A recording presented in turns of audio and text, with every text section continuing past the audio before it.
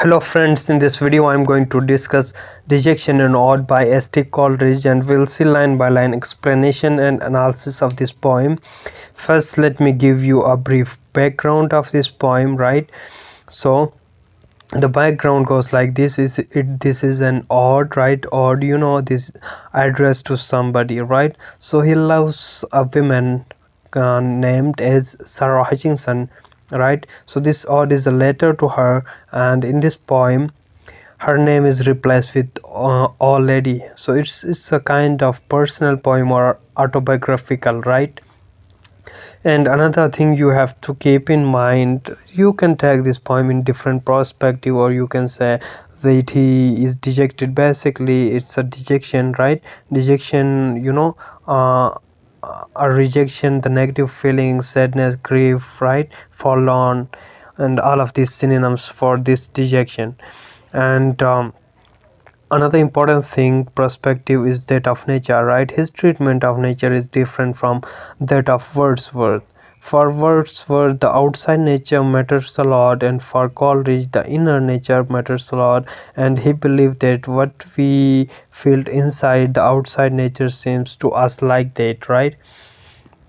So we'll discuss in detail, right? So these introductory lines, they are taken from a ballad of Sir Patrick Spence. They are not part of this poem, right? And they just taken from the work of Patrick Spence, medieval poetry. And so this means that these lines will see, let yestreen I saw the new moon with the old moon in her arms, and I fear my master dear, we shall have a deadly storm.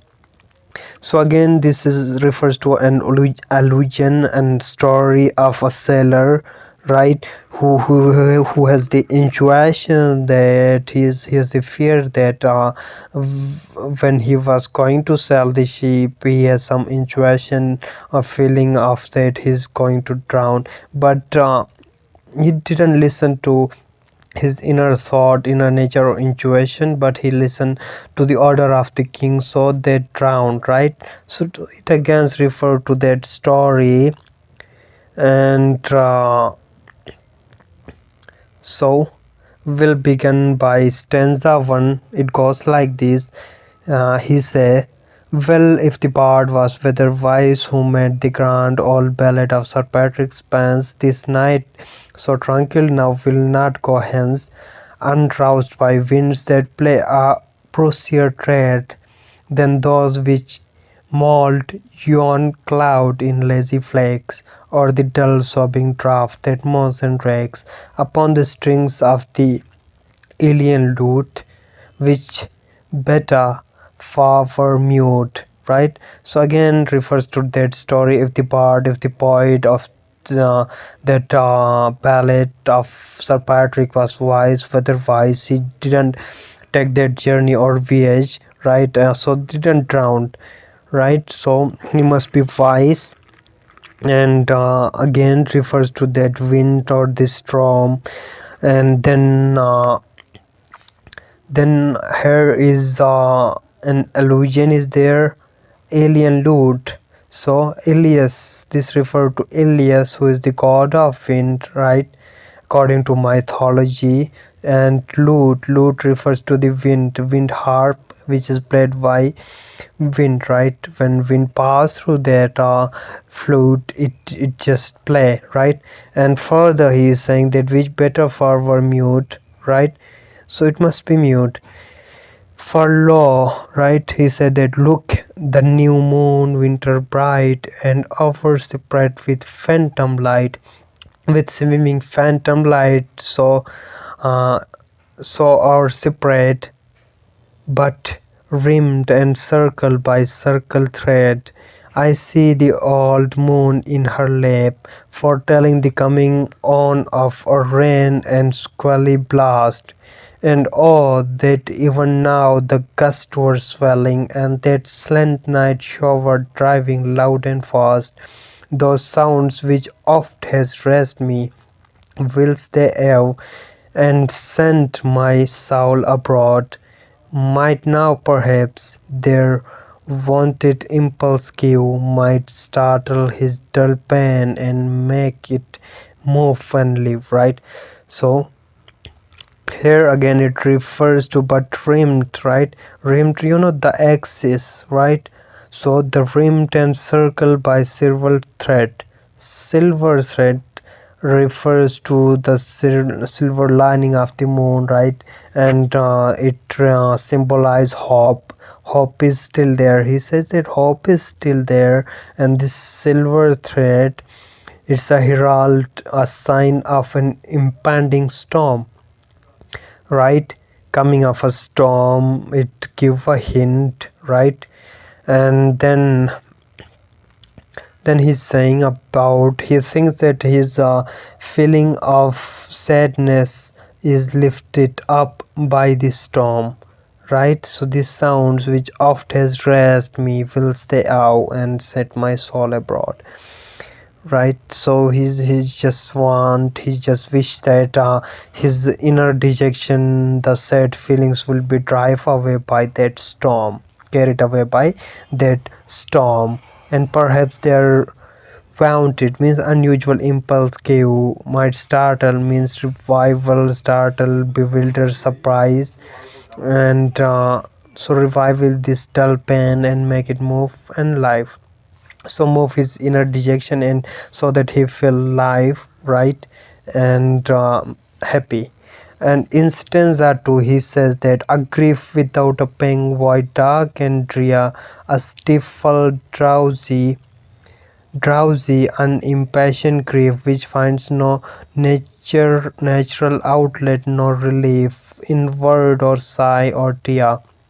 Already in this vain and heartless mood, to other thoughts by yonder throstle wood, all this long eve, so balmy and serene, have I been gazing on the western sky and its peculiar tint of yellow-green, and still I gaze, and with how blank an eye, and those thin clouds above in flecks and bars that give away their motion to stars, those stars that glide behind them or between, not sparkling now bediment, but always seem, you crescent moon, fixed as if crow in its own cloudless, starless lake of blue. I see them all so excellently fair. I see, not feel, how beautiful they are.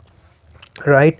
Again, he is dejected, feeling grief and pain and sadness, right? A grief without a pang. See that my pain, my grief is like a grief without a pang or without a pain, right? Void, empty of pain, dark and drear, right? Gloomy. So his tone here is philosophical, and he is referring to his inner feelings of grief in these lines, these starting lines. And then he say already refers to his beloved Sarah, say already in this one, means in this paleness and heartless mood, to other thoughts by yonder means away, and throstle wood, throstle is a bird, right? So he says that to other thoughts, right? My heartless mood, my mood is often gloomy, and I don't want you to be felt like that, right? I don't want his beloved to feel like that. And yonder way, right? Yonder mean away, take away this pain and this grief. And so at all this long eve, this evening, he said that this evening is so balmy and serene, mean calm, relaxing, right? Have I been gazing on the western sky, right? He said that I wish to gaze at the western sky and to feel its calmness and serene and its peculiar tint of yellow green. So he's just describing that beauty, right? The western sky, yellow green colors, and still I gaze, and with how blank and I feelingless. Again he says that the outside nature is, though it's beautiful, but I am feeling gloomy from inside, sad from inside. So this outside nature feel didn't feel pleasant to me or happy to me, right? And then give away their motion to stars sparkling and Badiment, but always seen. The same concept is here: inner nature and outer nature.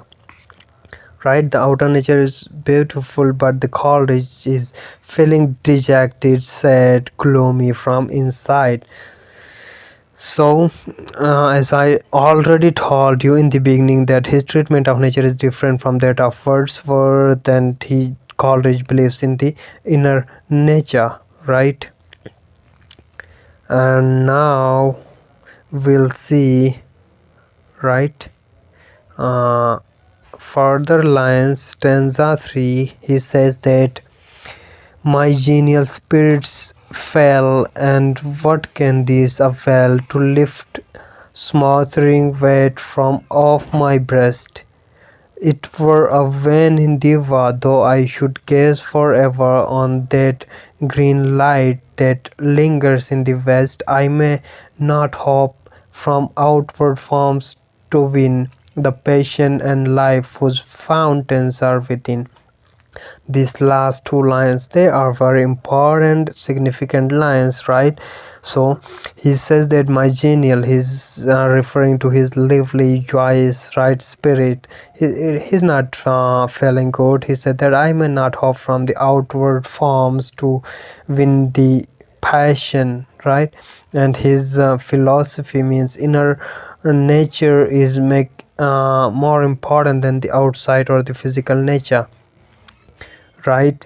And then he, this in important lines, he said uh, I may not hope from outside nature any motivation, but the passion and life whose fountains are within.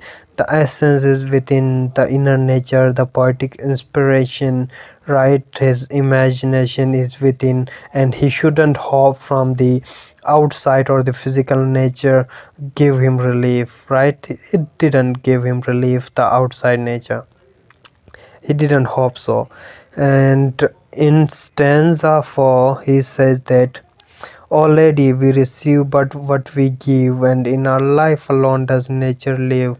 Ours is her wedding garment or her shroud, and should we out behold of higher worth than that inanimate called world aloud, to the poor loveless ever anxious crowd, from the soul itself must issue forth a light, a glory, a fair luminous cloud enveloping the earth, and from the soul itself must there be sent a sweet and potent voice of its own birth, of all sweet sounds the life and element, right?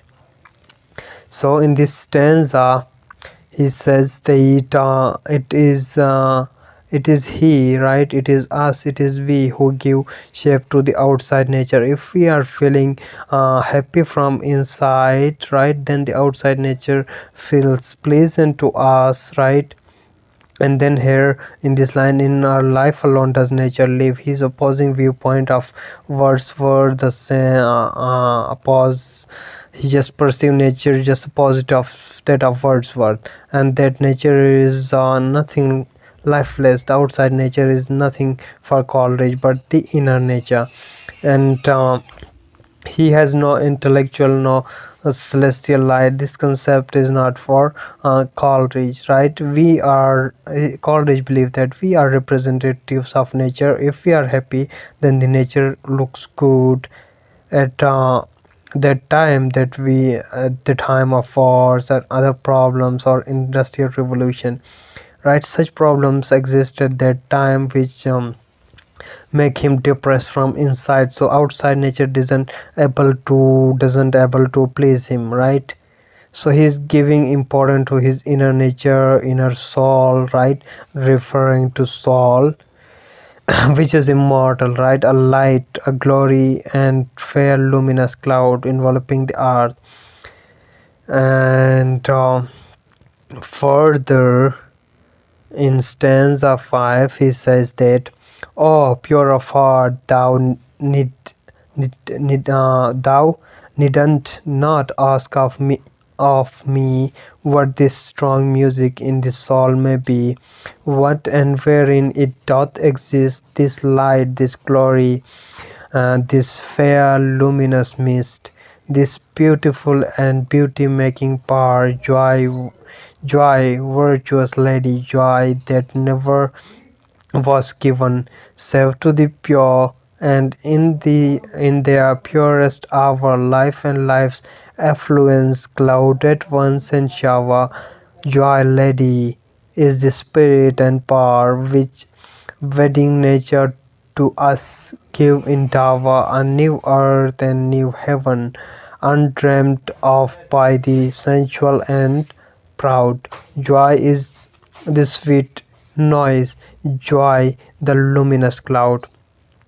We in ourselves rejoice, and thence flows all that charm or ear or sight, all melodies, the echoes of that voice, all colors are suffusing from that light. Right? So in this stanza, he refers to his beloved one, or pure of heart refers to his beloved, right? Sarah, she is pure, right? Pure heart is the source of joy. He's saying that the pure heart is the source of joy, or the joy of soul.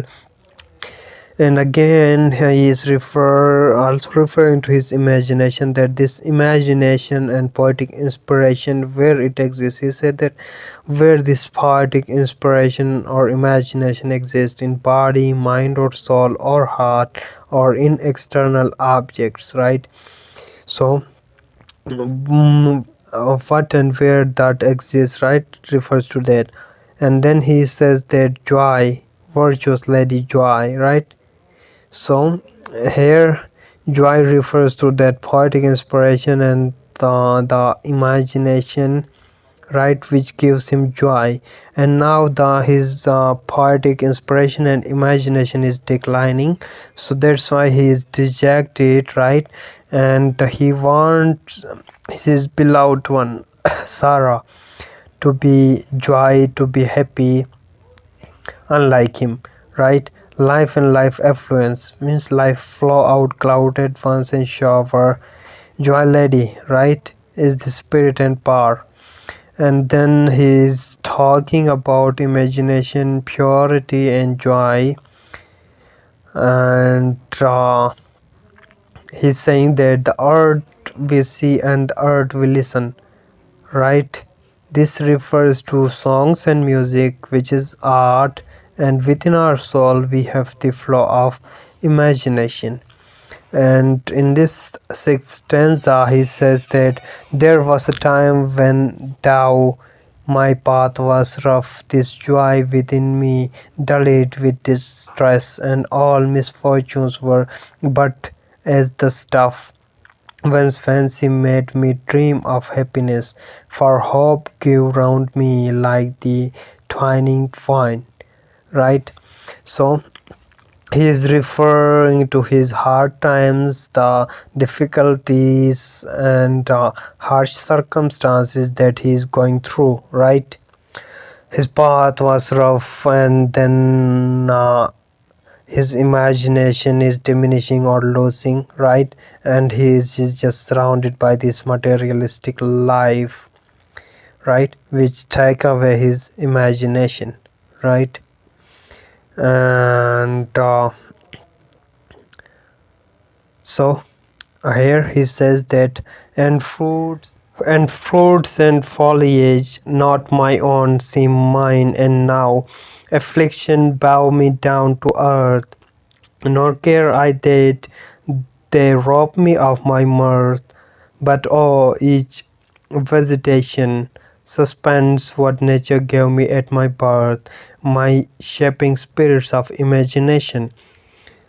For not to think of what I need must feel, but to be still and patient all I can, and happily by abstruse research to steal from my own nature all the nature man and this was my sole resource, my only plan, till that which suits a part infects the whole, and now is almost ground the habit of my soul. Right. So in this line, Coleridge is talking about his plan, right? His plan was to add some spiritual elements in his poetry, but words were opposing, right? So at that time he's going through some difficult times because his relation with Wordsworth also ruined, right? And his afflictions, other problems and afflictions that he is facing was the physical health, decline in physical health, industrialization, materialism, lovelessness, loss of imagination as well, right? So he is suffering from this all of these and feeling dejected, right? So he says that nor can I care, just this time has robbed me of my mirth or of my happiness is gone because of these hard times, right? This affliction and all of these difficulties, right? So the visitation means vision or dream like, right? Against refers to imagination.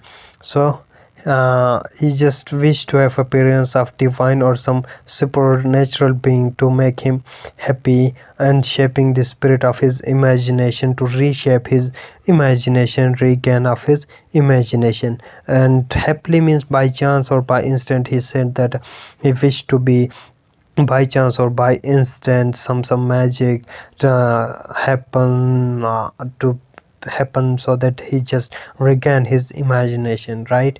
So philosophical faculty of him, right, is discussed here, and which is getting rather imaginative, and he's now reasoning and indicate that this line is this hyphen indicate here that this line is disconnected from the rest of the poem, right? Because this is the idea is different. Philosophical reasoning, he just implied the philosophical reasoning, right? And then he says that till that which suits a part infects the whole, right? So one smaller thing, minor thing, it's just like if a body is suffering from a minor thing, minor ache, right, then the whole body suffers, right? So he just feeling sad and dejected, and due to his whole mood is off, right, and dejected, and this nature seems not good to him, right? And then habit of soul refers to his habit of using supernatural influence, his imagination, right? This is the habit of his soul, that is something that is part of his soul given to him by nature. And then we'll move to stanza 7, and it goes like this: hence viper thoughts that coil round my mind, and reality's dark dream, I turn from you and listen to the wind which long has raved unnoticed. What a scream of agony by torture lengthening out, that lute sent forth thou wind that ravaged without, bare crag or mountain tamed or blustered tree or pine grove whither woodman never clomb, or love, lovely house long held the witch's home, methinks for fitter instrument for thee, met Lutanist, who in this month of showers, of dark brown gardens, and of peeping flowers, right, makes devil Yule with worse than wintry songs, the bosoms, the birds, and timorous leaves among.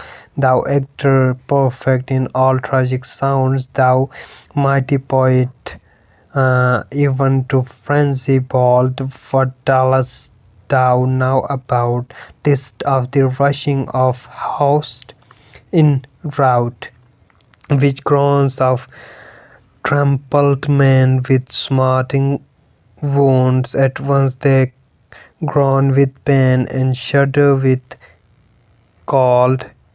But hush, there is a post of deepest silence, and all that noise as of rushing crowd, with groans and tremulous shuddering, all is over.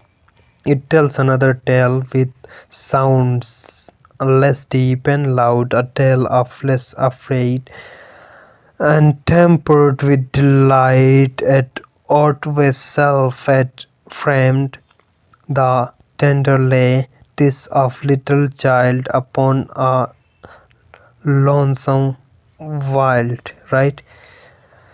Nor far from home, but she had lost her way, and now mourns low in bitter grief and fear, and now screams loud and hopes to make her mother hear.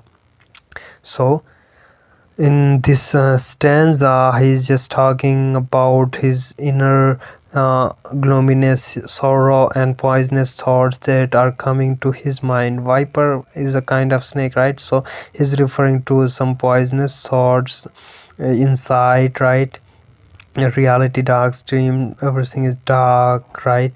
And then he just says that he just raved, the pen raved or howling inside, right? What a scream of agony. Agony means distress, suffering, and she's just really gone through inwardly. And then he said that Bear Creek, the stones, mountains, and Thames, the lakes. He's just referring to nature, right? The outside nature, the beautiful nature with Bear Creeks, mountain Thames means mountain lakes look beautiful, plaster tree, right? And he's just devastating. He's just like a blaster tree, I mean devastated tree from inside. He's just devastated like that devastated tree due to wind. He felt like devastated from inside, right? And then he said that met Lutanist. Lutanist referred to wind, right? That met that Lutanist wind who in this month of showers, right? Month of showers referred to summer, right? The showers, the rains, the storms, right? Of dark brown gardens and peeping flower of dark brown garden. And then he says that marks the devil's yule. The devil yule, he is referring to Christmas, the Christmas in winter, right?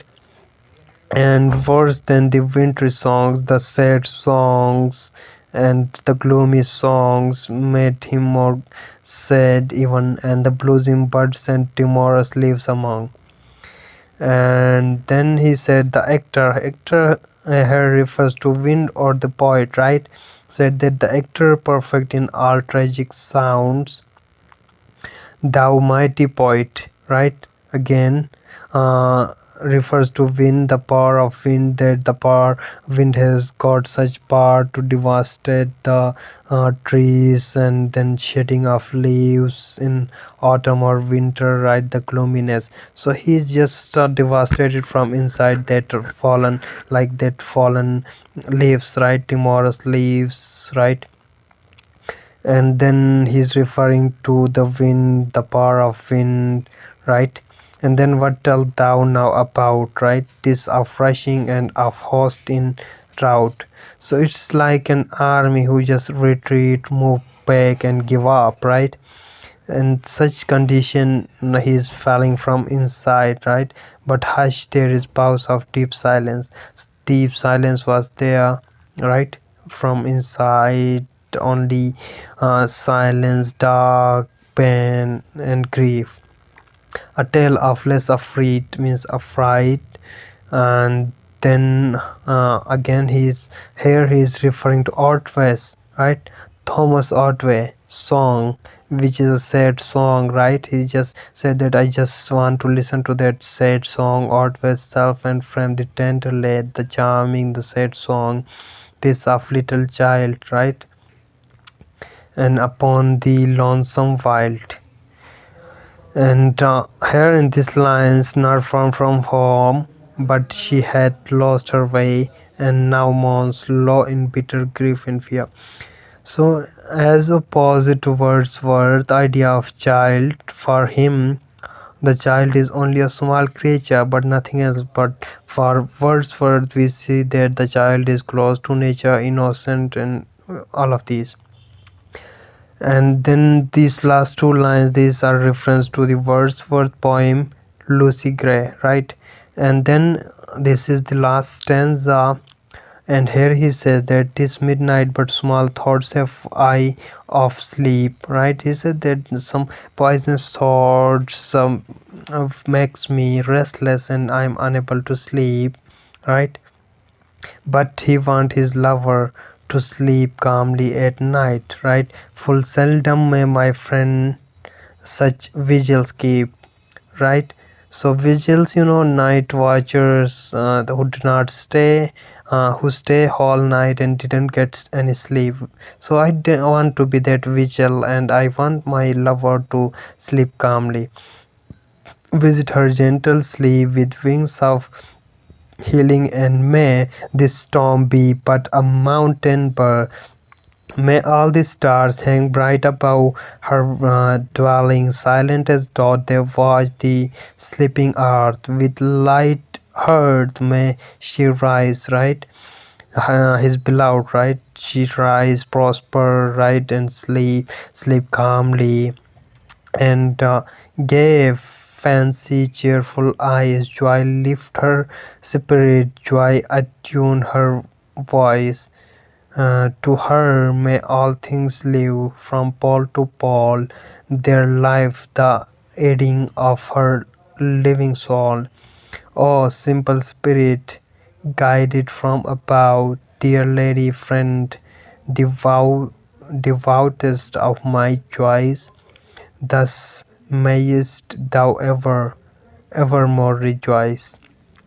So he just want his beloved to be joy, right? To be happy, to be joy, and sleep calmly, and he just want to be the vigil, the night watcher for her didn't get sleep, right? So good wishes for his beloved one. So this is the end of this poem, and we'll discuss his other poems, Christabel and Kubla Khan as well, right? So I'll provide you in the notes link in the description. Thank you for watching.